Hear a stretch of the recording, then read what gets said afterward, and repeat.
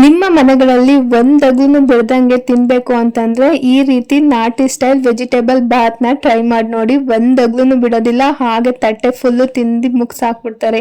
ನೀವಿನ್ನು ನನ್ನ ಚಾನಲ್ ನ ಸಬ್ಸ್ಕ್ರೈಬ್ ಮಾಡ್ಕೊಂಡಿಲ್ಲ ಅಂದ್ರೆ ದಯವಿಟ್ಟು ಮಾಡ್ಕೊಂಡು ನನಗೆ ಸಪೋರ್ಟ್ ಮಾಡಿ. ಮೊದಲಿಗೆ ವೀಕ್ಷಕರೇ, ಗ್ಯಾಸ್ ಮೇಲೆ ಕುಕ್ಕರ್ ಇಟ್ಕೊಂಡಿದ್ದೀನಿ. ಅದಕ್ಕೆ ಒಂದು 4 ಟೇಬಲ್ ಸ್ಪೂನ್ ಆಗುವಷ್ಟು ಎಣ್ಣೆ ಹಾಕೊಂಡಿದ್ದೀನಿ.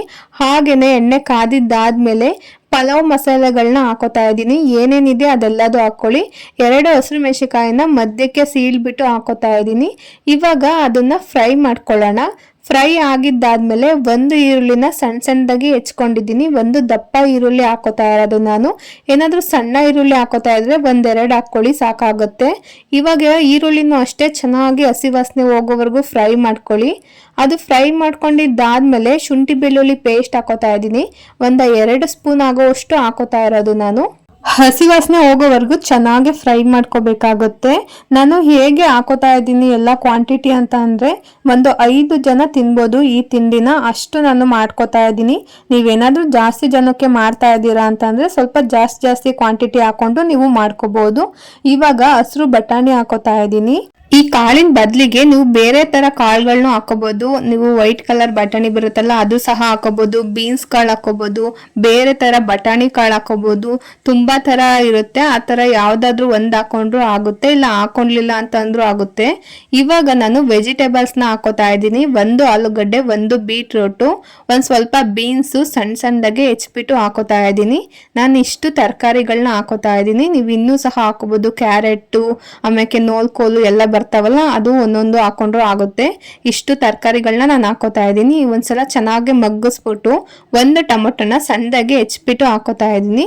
ರುಚಿಗೆ ತಕ್ಕಷ್ಟು ಇವಾಗ್ಲೇನೆ ಉಪ್ಪು ಹಾಕೋಬಿಡಿ, ಯಾಕಂದ್ರೆ ಟೊಮೊಟೊದಲ್ಲಿ ಚೆನ್ನಾಗಿ ನೀರು ಇಳ್ಕೊಳ್ಳುತ್ತೆ, ಅದಕ್ಕೋಸ್ಕರ. ಇವಾಗ ಒಂದ್ಸಲ ಚೆನ್ನಾಗಿ ಮಿಕ್ಸ್ ಮಾಡ್ಕೊಳ್ಳಿ. ಮಿಕ್ಸ್ ಮಾಡ್ಕೊಂಡಿದ್ದಾದ್ಮೇಲೆ 2 ನಿಮಿಷ ಬೇಯೋದಕ್ಕೆ ಬಿಡಿ. ಬಿಟ್ಟಿದ್ದಾದ್ಮೇಲೆ 1/4 ಲೀಟ್ರಲ್ಲಿ ಅರ್ಧ ಮೊಸರನ್ನ ಇವಾಗ ಹಾಕೋತಾ ಇದ್ದೀನಿ. 1/4 ಲೀಟರ್ ಮೊಸರು ಪ್ಯಾಕೆಟ್ ಬರುತ್ತಲ್ಲ, ಅದ್ರಲ್ಲಿ ಅರ್ಧ ಮೊಸರನ್ನ ಹಾಕೋತಾ ಇರೋದು. ಖಾರದ ಪುಡಿನ 3 ಟೇಬಲ್ ಸ್ಪೂನ್ ಅಷ್ಟು ಹಾಕೋತಾ ಇದ್ದೀನಿ. ನೀವೇನಾದ್ರೂ ಖಾರ ಜಾಸ್ತಿ ತಿನ್ನೋದಿದ್ರೆ 1 ಟೇಬಲ್ ಸ್ಪೂನ್ ಎಕ್ಸ್ಟ್ರಾ ಹಾಕೊಳ್ಳಿ.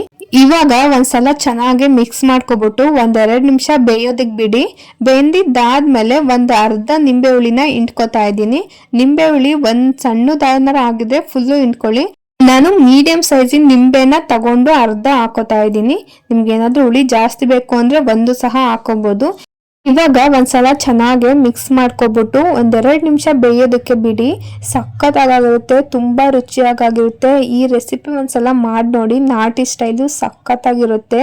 ನೀವೇ ಪದೇ ಇನ್ನೊಂದ್ಸಲ ಮಾಡಿ ತಿಂತೀರಾ, ಅಷ್ಟು ರುಚಿಯಾಗಿರುತ್ತೆ. ಬಿರಿಯಾನಿ ತಿಂದಂಗೆ ಆಗುತ್ತೆ. ಇವಾಗ 1 ಟೇಬಲ್ ಸ್ಪೂನ್ ಆಗೋಷ್ಟು ಗರಂ ಮಸಾಲ ಹಾಕೋತಾ ಇದ್ದೀನಿ.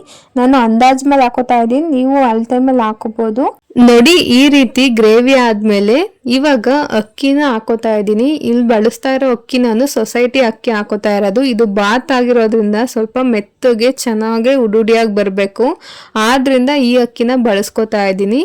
ನೀವು ಸೊಸೈಟಿ ಅಕ್ಕಿ ಇಲ್ಲ ಅಂತ ಅಂದ್ರೂ ಸೋನಾ ಮಸೂರಿ ಅಕ್ಕಿ, ಯಾವ ಅಕ್ಕಿ ಹಾಕಿದ್ರು ತುಂಬಾ ಚೆನ್ನಾಗಿ ಬರುತ್ತೆ. ನಿಮ್ಮಿಷ್ಟ, ನಿಮಗೆ ಯಾವ ಅಕ್ಕಿ ಬೇಕೋ ಆ ಅಕ್ಕಿನ ನೀವು ಯೂಸ್ ಮಾಡ್ಕೋಬಹುದು. ನಾನಿಲ್ಲಿ 1.5 ಪಾವು, ನಾನು ಪಾವಲ್ಲಿ ಹಾಕೊಳ್ಳೋದು ಅಕ್ಕಿನ, ಅದರಲ್ಲಿ ಹಾಕೊಂಡಿದ್ದೀನಿ.